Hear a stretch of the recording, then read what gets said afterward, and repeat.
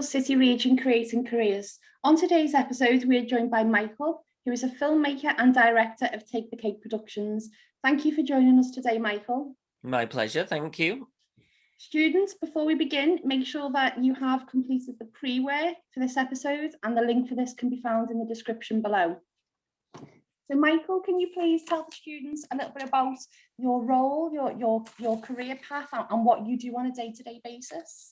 Yeah, so I am Michael. I'm a filmmaker and video coach, and I'm a self-taught filmmaker and video coach. And I've been creating video now for over 10 years.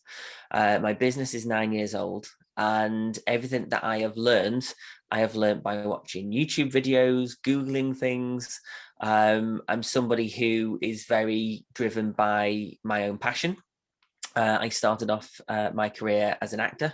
I wanted to learn how to create videos and films and shorts. And I thought one day I'm going to pick up a camera and learn how to make little short videos.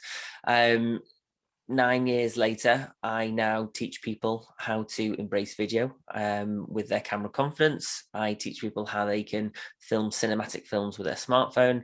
And I also film, produce, edit, and distribute content for clients who want videos for their website, online courses, testimonial videos. And all of that's come from a pure passion to learn and do something myself. So yeah, that's pretty much me in a nutshell. Thanks, Michael. Could you tell us a little bit more about the sort of day-to-day projects that you're involved in, some of the films that you've been involved in producing? Yeah, so at the moment, I'm actually working on a big client project, which is taking me across the UK, where I'm filming in 11 crematoriums over a period of 5 weeks. So I'm traveling to different locations: South Oxford, North Oxford, Denbigh, Flintshire, Cardiff, loads of really exciting places that I've never visited before.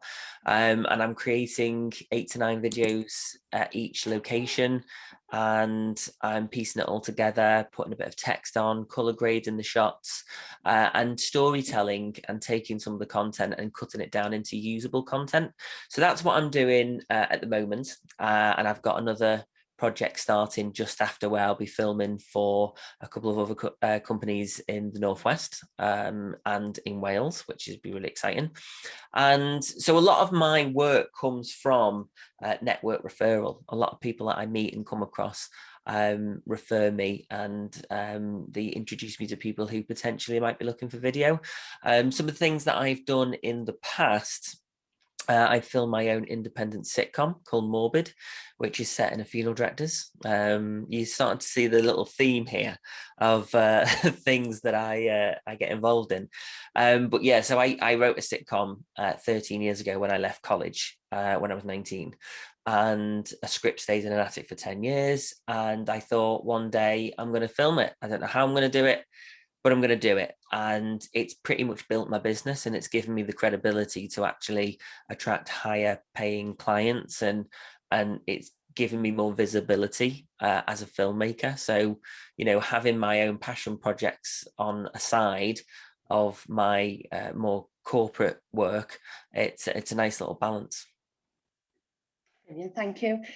So what do you prefer about the role? Is it more sort of the writing side of things, or the actual being on location, or using the video camera equipment, or is it the editing part at the end, or is it everything? It's a funny one, that, because I don't actually know, but I have noticed that I'm thinking of outsourcing my editing to somebody else on an ad hoc basis. So I think it does depend on what I'm working on. If it's something that is easy to edit for me because I filmed it in a certain way that I've gone, right, it's all in folders, I know how to just throw it in and cut it down, and so they're kind of all right to do because I know where I'm at. Sometimes you have projects that are a bit finicky, a bit harder, and maybe it could be possibly a lack of communication beforehand and when you filmed it, and then or maybe something's gone awry within the process, and it's just more harder to kind of go, what am I doing with this edit? So I always say, it's always key to have everything in folders, have everything planned, have everything written down, so that you know exactly what you are doing when you get back to the edit, and that speeds up the time.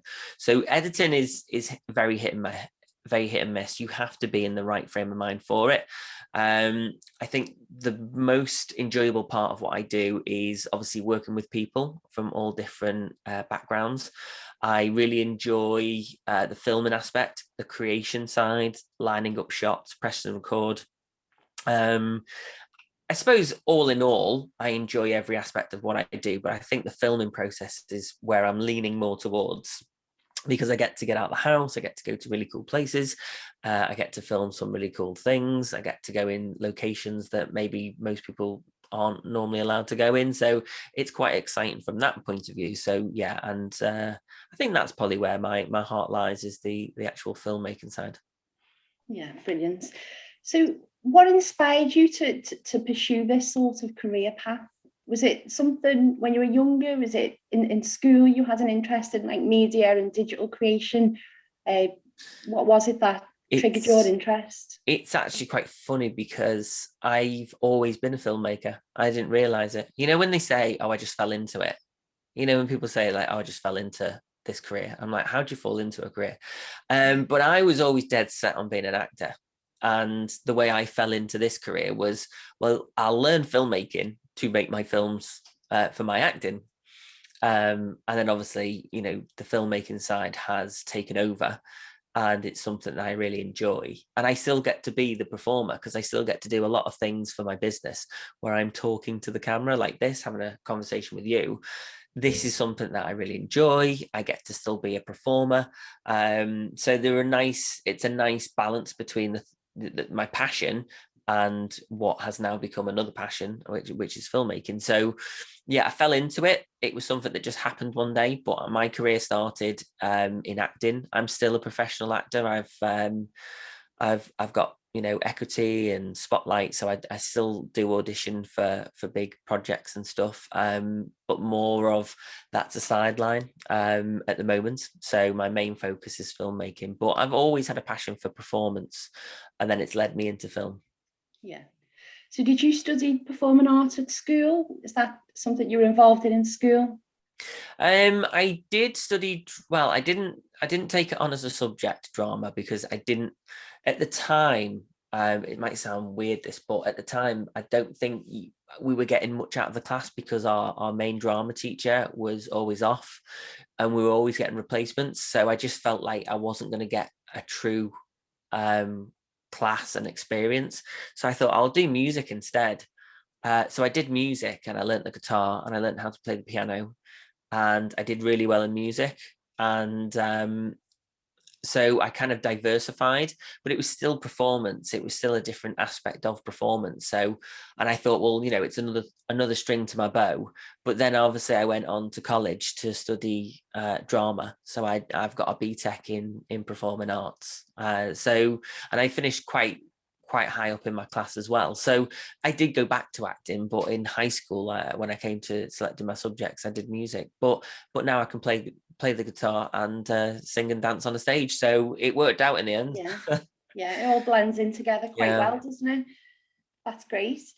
Have you had any sort of setbacks or barriers, things that you've had to overcome throughout your career path?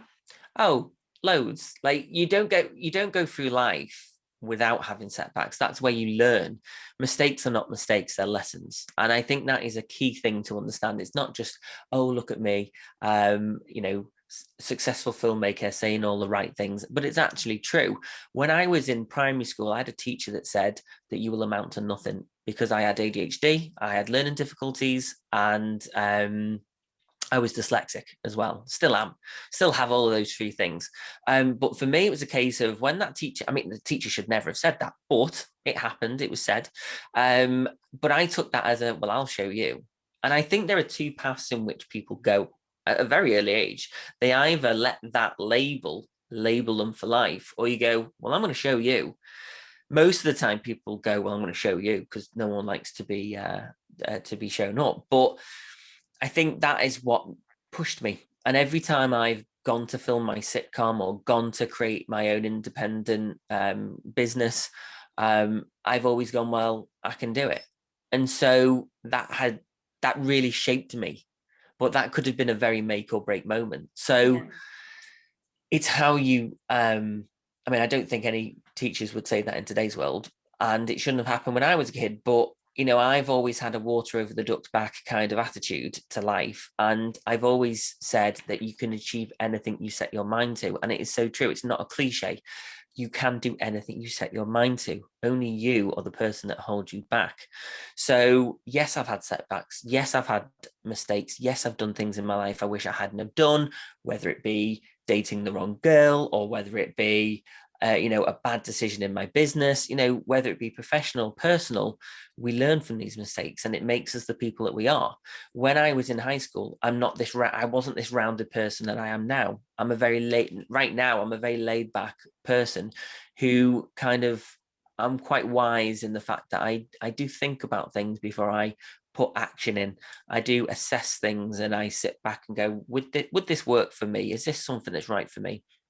So, and that only comes with age. That only comes with being wiser and growing old gracefully. So, but providing that from the start, you make mistakes, you go, I made a mistake. How do I learn from this? As long as you learn from a situation, the road's looking good for you. Brilliant. That's really good advice. Thank you. My pleasure. That's great. So your company, Take the Cake Productions, so that's your own company. Can you tell the students a little bit about what it's like to be self-employed and how you would go about setting up your own business? Yeah, to be honest, it's quite funny because I obviously had a label of ADHD, learning difficulties, dyslexia, and I thought, wow, there's no way I could do a self-assessment. But do you know how easy it actually is, especially in today's world, because we have online filing systems, we have online accountancy things. So it's so much easier to just, all you need to do is scan your expenses and put your invoices in. You've got to show what you've earned and what you've paid out on. And then the computer does the rest at the end of the year. So providing you have an in and an out, that is all you need to go self-employed. And to be honest, for the price of an accountant, it's not the end of the world. So it's something that I think, yes, it's quite scary. Nobody really teaches you business. You have to just get on and do it. But if you've got the passion, if you've got the drive and you've got the knowledge, then you can succeed in anything that you do, whether it be, a hairdresser, or whether it be a cleaner, or whether it be a filmmaker, or whether it be an actor. These things are achievable, they're doable, and there are plenty of people to help you out there. Yeah, that's true. Brilliant. So self-employment is a great opportunity, and that's something that all young people should be considering for their own futures.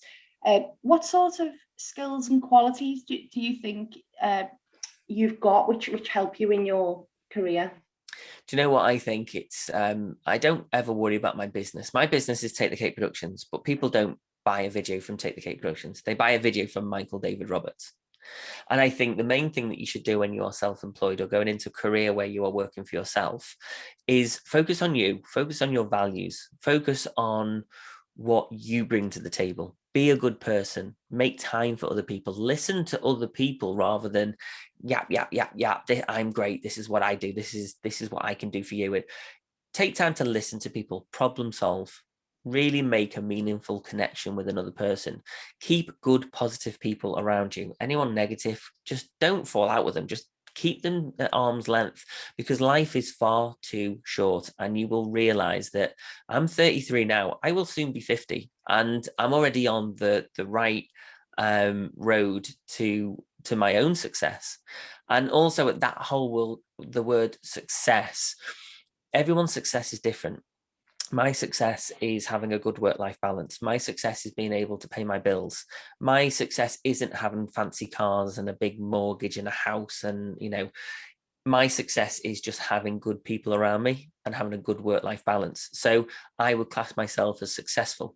Don't watch other people. Do what you're doing. Admire people who you like, look at people who are doing well, and always be gracious that people do well around you, but always push yourself that extra little bit. Brilliant. That's, again, really good advice for the students. Thank you. So another quick question. What sort of equipment would you typically use on a you know, a film shoot, for example, like camera equipment, sound equipment? What does that look like, and what's it like to use that sort of equipment? First of all, I'd say a camera is key in that process. Tripod, an external microphone to sit on the camera, or a clip-on mic that clips onto your to you, and then you can plug it into a phone and sync it up later. Lights, you know, basic lights, left and a right, in one either side. Yeah, just lighting, sound, stabilization, and a camera, and yeah, the sound equipment, which I've already mentioned. But yeah, those are the typical things that you would find on a film set. Brilliant. So if there are any students interested in a career in the creative industry like this, how would they make a start? What sorts of things could they get involved in to improve their own skills and experiences alongside the qualifications that they would need to take in college? What other things can they perhaps get involved in? For example, work experience, activities at home. I mean, I just fell into it. I think if you're passionate about something, you find a way. You know, it's there is always a path to be followed, and you will choose the path you want to walk down. I know that sounds cliche, but it's true. I wanted to be an actor. Then I went into film to be an actor. And then I went, oh, I actually like this filmmaking lark, and I'm quite good at it. So I would always say, keep your options open. You might want to be an actor one day, but then, you know, 10 years down the line, you might want to be a fireman. And so I think, you know, so many people reinvent themselves all the time. It's like Fern Britton. I was listening to an interview of Fern Britton yesterday on the radio as I was coming home from Cardiff. You know, and, you know, we all know her as a TV presenter, but now she's writing novels. So you can never write anything off. You can always change career paths at any given time in your life, whether you're 30, 40, 50, 60. It's never too late. It's only late when we're not here anymore. So your life is what you make it, so make it a good one. And I took that from Back to the Future. They're not my words then. That's great. That's brilliant advice again. Thank you very much. So I think that's a really good insight for the pupils to understand, you know, what it's like to be involved in directing films and media, and some good advice on how they can get involved. And lots of inspiration there as well. Thank you, Michael. My pleasure. Thank you. Appreciate your time.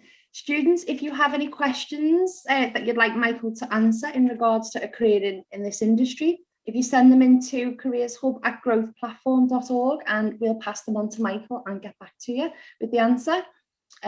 Students, if you can remember to evaluate today's session using the Creating Careers roadmap, and the link for this is in the description below. So thanks for joining, and we'll see you next time. Thank you.